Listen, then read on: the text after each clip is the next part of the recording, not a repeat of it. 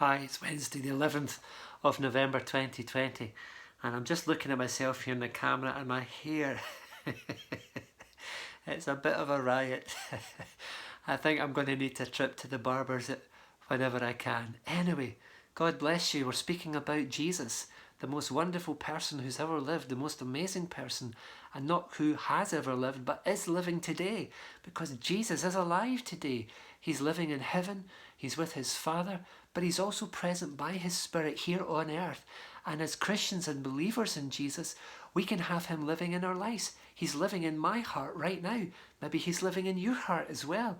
If you've asked him to, he will. He'll come and live within you by his Spirit. He's just incredible. He's full of love. He's full of power. He's full of wisdom and goodness and all kinds of amazing things. He is amazing. Let's continue to read about his life in Mark 1 verse 40. A man with leprosy, terrible, awful disease, no cure then. I'm not even sure if there's a cure now. It's a dreadful disease.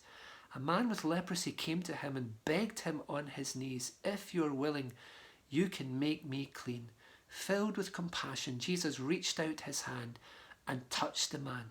And of course, leprosy is a contagious disease contracted through touch. And so Jesus, by touching the man, is risking his own self.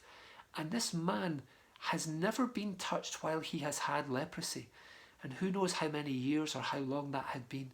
Nobody would have deigned to even go near him, never mind touching him.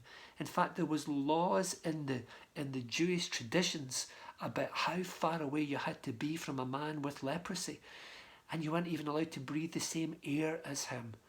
How rejected did that man feel? How ostracized, how isolated did that man feel? From everybody. His family would have treated him like this. His friends would probably no longer be his friends. They would have probably have abandoned him. All of society would have treated him as an outcast. And Jesus touched him because Jesus loves the outcasts. If you have ever felt outcast or marginalized, then you have a special place in Jesus' heart. He loves those who are marginalized, those that are outcast, those who were shunned by society. In Jesus' times, women were outcast, treated like property. In fact, legally, they were treated like property in a man's will and testament. How awful is that? And yet Jesus loved women, and women loved him, and he showed them his love and compassion.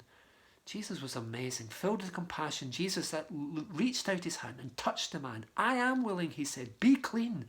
And immediately the leprosy left him and he was cured. And Jesus sent him away at once with a strong warning. "See that you don't tell this to anyone, but go, show yourself to the priest and offer the sacrifices that Moses commanded for your cleansing as a testimony to them." Instead, why did Jesus say that? Why did Jesus tell the man not to tell anybody? Wouldn't it have been a good thing to tell people so that more people could have come and maybe heard Jesus and maybe been touched and blessed by Jesus? Well, possibly, but Jesus didn't want to show off. There's no pride in Jesus. He's not a show-off. He never had a publicist. He never had somebody ring a bell before he came into town and says, hear ye, Jesus is on his way. Gather round." He had nobody write his memoirs or sign him up for a book offer, a book signing or whatever. He was humble of heart. He was gentle. I love that about Jesus. I love his humility. I love his meekness. I love his kindness. I love the fact that he treats those that are outcast with such tenderness. I love that. I love that he loved children and told the children to come and sit on his knee. Ah, Jesus. What an amazing, beautiful, wonderful, lovely person.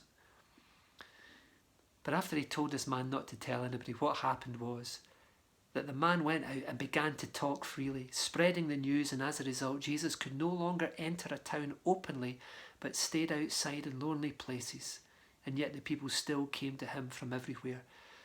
So what happened was he couldn't even enter a town. He had to stay outside because it was just becoming too much of a rabble. And yet he did that. He was willing to change his location. He was willing to do whatever it took to reach people. He was willing to be inconvenienced in order to reach people. That's all he wanted to do, was to reach people with his love. with his grace, with his healing. What an amazing person he was. And you know, you too, you can discover for yourself Jesus' love. If you have issues in your life, maybe you have physical healing needed, maybe you have mental health issues, maybe you have guilt in your heart, maybe you need forgiven, maybe you feel lonely and outcast, Jesus is the person for you.